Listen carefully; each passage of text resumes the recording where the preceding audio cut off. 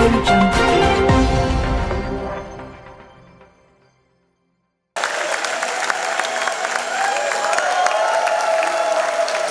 beaucoup à vous, merci. Loin d'être une simple marque de déférence, ces gestes sont l'expression d'une culture. Mieux encore, la culture africaine, célébrée à travers le FESPAM, 8 jours entièrement consacrés à l'identité culturelle du continent.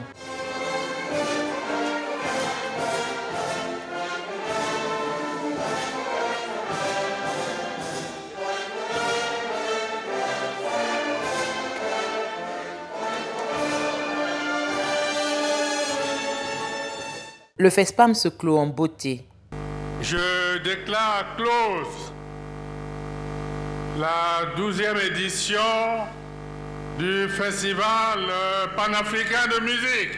Et je vous remercie tous. La tombée de la nuit annonce un grand rassemblement d'hommes et de femmes qui ont porté très haut les chants. Vous êtes le veilleur de l'aube africaine, celui qui marche avec la foi des bâtisseurs, le regard braqué sur demain.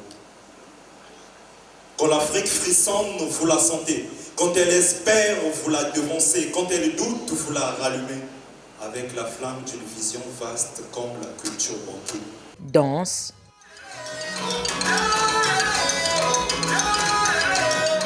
les chorégraphies,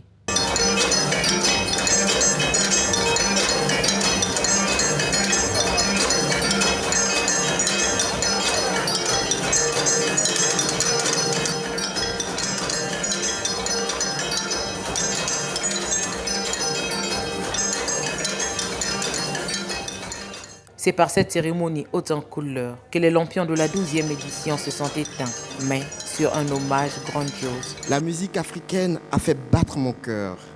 Et plus encore, la musique congolaise, que j'ai découverte et à laquelle je me suis attaché à travers 3 générations d'ambianceurs.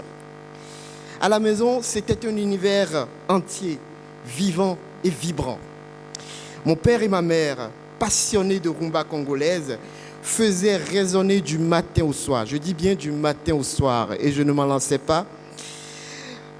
Les voix de Franco, de Taboulé Rochereau, de Lucie Yenga, de Paul Okamba, d'Edo Nanga, Marie Bella, Joséphine Bijou, Mbilia Bell ou encore Papa Wemba. Ces mélodies des 2 Congos ont bercé donc mon enfance avec leurs guitares envoûtantes, leurs paroles poétiques et cette chaleur qu'on ne trouve nulle part ailleurs. Puis est venue l'adolescence. Et là, changement de tempo. J'ai vibré sur les sons électrisants du soukous de feu Orlus Mabélé et d'une dombolo, cette musique qui fait bouger les corps et les esprits. Sur scène, les Mantiémé et bien d'autres groupes ont partagé leur richesse artistique.